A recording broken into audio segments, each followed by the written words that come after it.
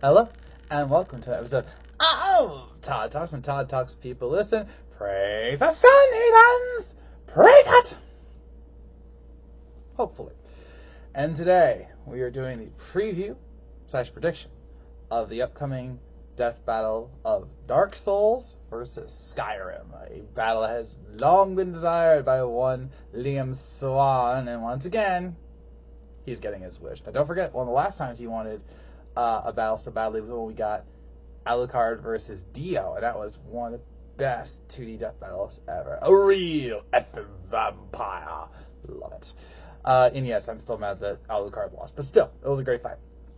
And this episode's special for numerous reasons, not the least is because I honestly don't think this video is going to take that long to talk about, and for very basic reasons. But the second reason is that as I teased last time, there is something very special I get to announce right now. And that is, in this death battle, there is a very special song being sung and composed by Brandon Yates. But it's not just Brandon Yates this time around. In the spirit of the music of both Skyrim and Dark Souls, he asked for a choir to be made to help reinforce the feel and theme of both games. And I am in the choir. Yes, you are looking at, what was I, tenor 2, I believe. So there are certain sections of the song which I will not spoil. I don't want to ruin the surprise. But what you hear in the preview for the battle, which already looks really good, and I'm super glad they went full 3D, as they should. I mean, why would they do surprise for this fight? But still, you can hear just the beginning of it. Like, we haven't even gotten to some of the parts where I am singing, but it's really good. So, or at least I think it's good. I haven't heard the full song, but I trust Brandon Yates, and he actually even set up a Discord group for just the singers, and it's really fun. It was a unique experience trying to both match the pitch that I was supposed to hit and like trying to picture how the song would come together, because I had an idea and it's already been thrown out. So way to go, Brandon. But yeah, so when you hear the song on Sunday or Monday, you will be hearing my singing voice. You're welcome. So, with that in mind, shall we get to the fight? So, as Wiz said, we start our story at the end. But actually, we're not, because I'm going to go to the beginning, because I actually had to look up the story of Dark Souls, and yeah. Alright, first and foremost, there's something I have to make very, very clear. The story that we're going to tell is the story of just the first Dark Souls game. This is the Chosen Undead from the very first Dark Souls game. Okay, I actually had to look it up just to be sure, and 2 and 3 have different versions of undead or characters entirely.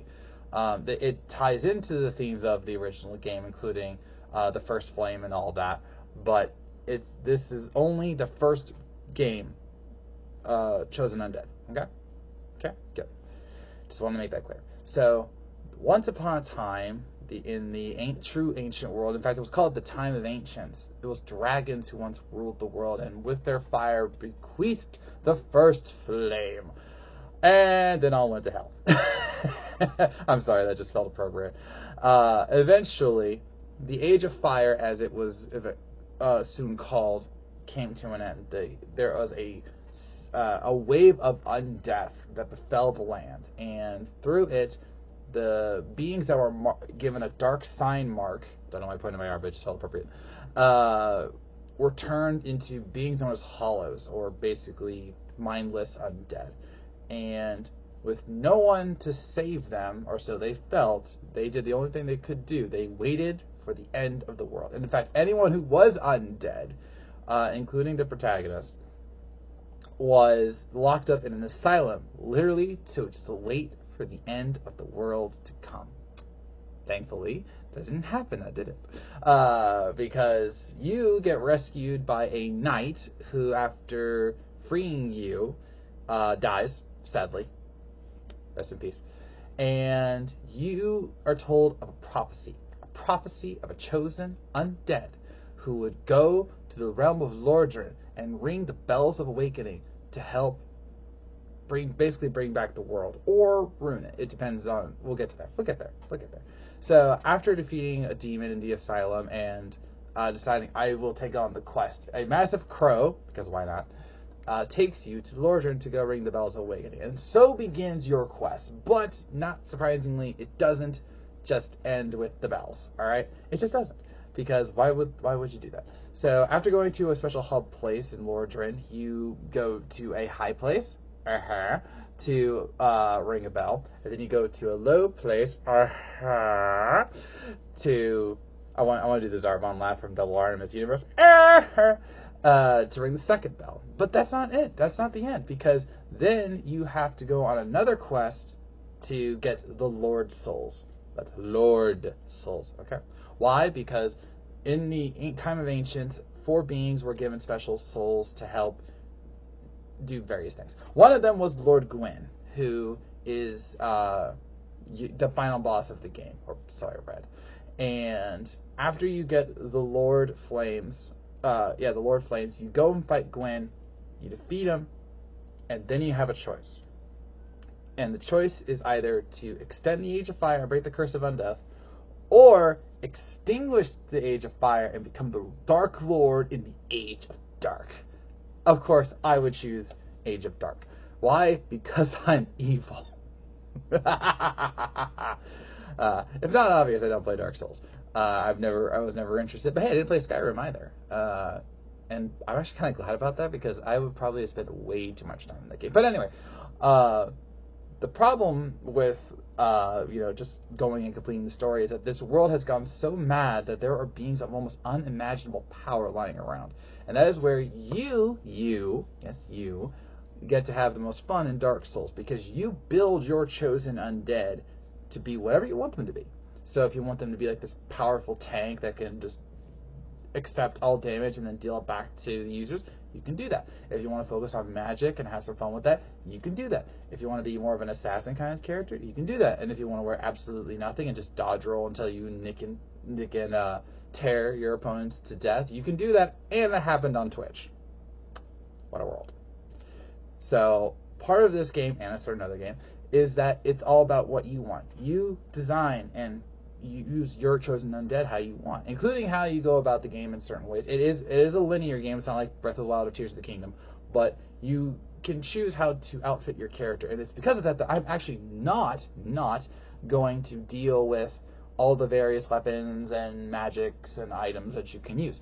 There's just too many. Not to mention, you choose what you get to use. So, which they are addressing in the episode, as we've already seen with the previews. But you get weapons from the various enemies you can beat, which, as we saw in the preview, has there's a hammer that it weighs 100 tons because why not? Or a bow and arrow that can shoot a dragon out of the sky. And then there's magics, which there's multiple kinds of magics, and I want to make sure I get this right. There are miracles, there are sorceries, there are pyromancies, and I thought there was one more. But those are like the main 3. But these aren't as simple as, like saying a magic spell or doing a special shout. Many of these have to be channeled through something, and like pyromancies can only be used through certain flame-imbued weapons, I believe I read right. Other ones, like sorceries, have to be channeled through talismans, and so on and so forth. But what you can do with them is you give stat boosts, you can heal to a certain degree, you can of course do special projectile attacks, and so on and so forth. So, and there are a wide variety of those kinds of spells which help you in your quest. But again, only to the amount that you want. You can choose not to use magic at all. Not advised, but hey, it's Dark Souls. That you got to get good the way you want to.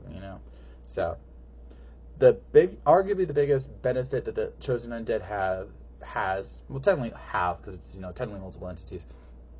They are incredibly hard to kill. The whole point of the game is that you are going to die unless you're like one of those people who like save and refuse to die, so you can say that you didn't die at once the whole time. Anyway, and all you have to do is get your soul to a bonfire, and then you can technically be reborn. You can even lose your soul, and it would be fine. It's just that over time it's gonna affect you. In lore, it is stated that the longer you resurrect, you're gonna eventually lose your memory, personality, and your will to live.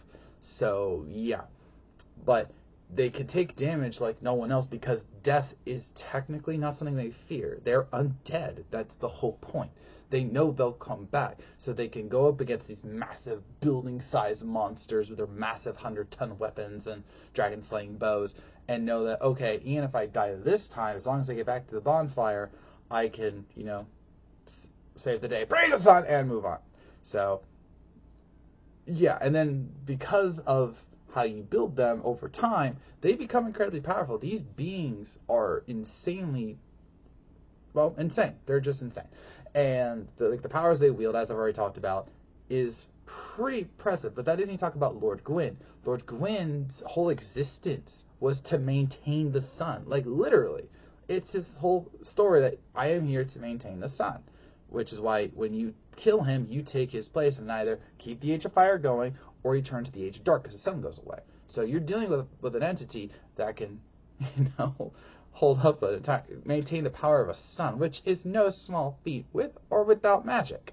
So, yeah, you fulfill the prophecy and then you decide what the world gets to be. One of eternal light or one of eternal darkness. Good luck making that choice. So, whether you're... I want to make a pun here. It's actually hard to make a pun about Chosen Undead. Well, just play the game and go on your own chosen path. And now we go into Skyrim, the latest entry in the Elder Scrolls saga, not including the MMO. And we're never going to get Elder Scrolls 6, so just accept it. Skyrim's all we're getting. Where you are a lone traveler who gets arrested because you crossed the border into Skyrim, which is illegal because Imperials are dicks. I'm with Boomstick on this one. All right. And you are sentenced to death alongside the leader of the Brotherhood and among other prisoners. But lucky you're saved by a world-eating dragon named Alduin. And after escaping and killing another dragon, you find out that you are the Dovahkiin, a.k.a. the Dragonborn. Now, this is going to be clear here. Dragonborn does not mean actually born from a dragon. That would be incredibly awkward for various reasons. But it means that you are the soul, you have the body of a mortal, but the soul of a dragon. And you can absorb the souls of other dragons, which imbues you with their power, their knowledge, and their language, which is something very important we'll get to a little bit later. And it is your new role, as told by a prophecy, that you must gain enough power to defeat Alduin. No easy feat. Again, he's the World Eater Dragon, alright? But this is where, we can kind of get lax with the details, because as they talked about in the preview video, half the point of Skyrim, not unlike with Dark Souls to a lesser extent, half the point of Skyrim is that you just do whatever the heck you want. Alright, this was Tears of the Kingdom and Breath of the Wild before they ever came out. Alright, I'm a Nintendo guy and I'm not afraid to say that, okay? The whole point of Skyrim is that you have this massive continent that you can just go and do whatever the heck you want, okay? And it's great. Like, that's the reason that it's such an enduring game, and you could literally start over and enjoy all of it from a different point of view, okay? You can be a knight, you can be a sorcerer, you can be a werewolf or a vampire thanks to the DLC. You can be a thief, you can be an assassin, you can be anything. That's the whole point. And because of how yes, the standard version of the Dragonborn, the Dovahkiin, is like the strong male with the horned helmet, but technically you can be anything you want. You can be any race that is within the land of Tariel. It's called Tariel, right? Yeah, it's Tariel. I remember that from the MMO. So you can be the Dragonborn of whatever species you want, but the typical one, the one that's used in the box art, is basically the Nord male. But you can create your character and then set them off on a journey to do whatever the heck they want, as long as you eventually, potentially, possibly go on to the main story. It's literally, again, not unlike certain recent games. It's all about the adventure, and the story just happens to be there. So you can craft yourself to become a master of everything you want, which means you have a literal arsenal of weapons and magic and tools and alchemy and all sorts of other things that make you just freaking broken, okay? But you could still die. Like, that's the important thing. Even with all these abilities and all these tools and all these weapons, you're still human. Remember, you are a mortal body with the soul of a dragon. You can still die. And that might think, oh, that might make him weak. No, it just means you got to be mindful and use your abilities as best you can to defeat everything in your way. And if you prepare yourself right, you can do that. But the most powerful ability of the Dovahkiin, without a doubt, are the dragon shouts. Right? The more you absorb the souls of dragons, the more shouts you can get. And I was looking at the list of all the dragon shouts you can do. Whew. Like, I'm not even gonna try and not just pronounce them all, but I'm not gonna tell you all of them because, frankly, there's too many. So, what are the highlights? Well, some of them you can use to control beings around you. Some of them can literally summon elements to help you, including lightning and frost and flame. You can use a shout to literally just impact your opponent with a heavy force. You can actually shout to hinder the will of your opponents and make them flee you. And then there are ones that are summons. You can summon other dragons. You can summon elemental spirits. You can summon other warriors. You can summon freaking animals that just happen to be around, and use them as basically your allies. You can then do shouts on those allies to make them faster, make them stronger, make them more durable, etc., etc. You can use it on yourself to attack with a tempest wind to allow for faster strikes, and so on and so forth. It is broken. Oh yeah, I forgot one. You can actually turn yourself into a dragon once a day. Once a day. I don't know how the magic knows how to do that, but it does. So you can turn yourself into a dragon. When I say turn yourself into a dragon, I mean like get like the scales, the hide, everything that a dragon can have, you can have. All with a shout. Man, if only life was that easy. I want a pizza! Poof, pizza. Now I'm hungry. Sorry. I had pizza last night. That was great. So, with these shouts and all the other abilities and weapons and gear you can get, your character, your Dovahkiin, I find it interesting how easy I can say Dovahkiin. I guess just because of how you can just pronounce it very easily. Dovahkiin. Anyway. Dragonborn can go and to fight dragons who have wrecked the land. You fight other warriors who have incredible powers. You end a civil war, as Boomstick and Wiz had a little fight about in the preview. You fight vampires. You can fight werewolves. You fight elves and like I said, numerous dragons. And even in the DLC, you actually defeat the first dragon. Like the very, very, very first dragon. You defeat that one and take its powers. And then of course you go and defeat Alduin, who is the World Eater. So yeah.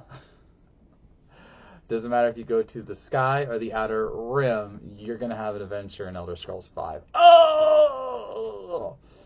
Yeah, not my best puns, but these are odd games to talk about. Like, seriously, it is so hard to talk about these games because a lot of it is just based on what you do, and if you tried to list everything, you'd be here, like, for hours, and I ain't got that kind of time, okay? I'm actually amazed it's only 18 minutes at this point. So, who wins between Skyrim and Dark Souls? It's Skyrim. Okay, so here's the thing. You'd think that the Chosen Undead would have the advantage because, as stated in the lore, as long as you have a bonfire, you can come and resurrect. That's half the point. That's literally the gameplay loop. You die, you go to a bonfire, you are reborn. And the Dragonborn, the Dovahkiin, is mortal, emphatically mortal. You kill him once, he's gone. Not that simple. Because A, there is always a catch when it comes to undeath, and B, it doesn't matter if you only need to kill him once if you can't kill him that one time. So, stat-wise, while the Chosen Undead is technically more endurant because of the whole resurrection process, the Dragonborn is faster, has better weapons, better magic, and of course the dragon shouts. So, if he wanted to, and by the laws of Death Valley technically could, he could use the shouts just spam our dear Chosen Undead until he actually stays dead.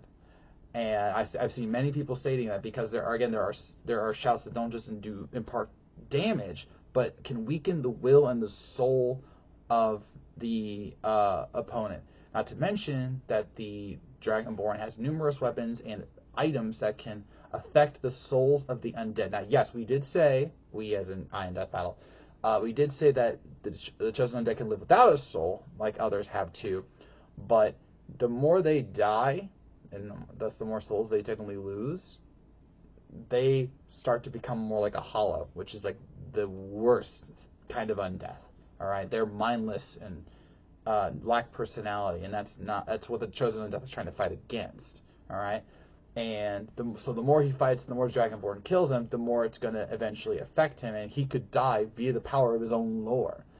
Not to mention there are things like the soul gems, which the Dragonborn could use to just capture the souls and deal with them that way. And yes, technically, at the end of Dark Souls 1, the Chosen Undead has apparently hundreds, thousands, if not millions of souls within him. It depends on how you read the lore.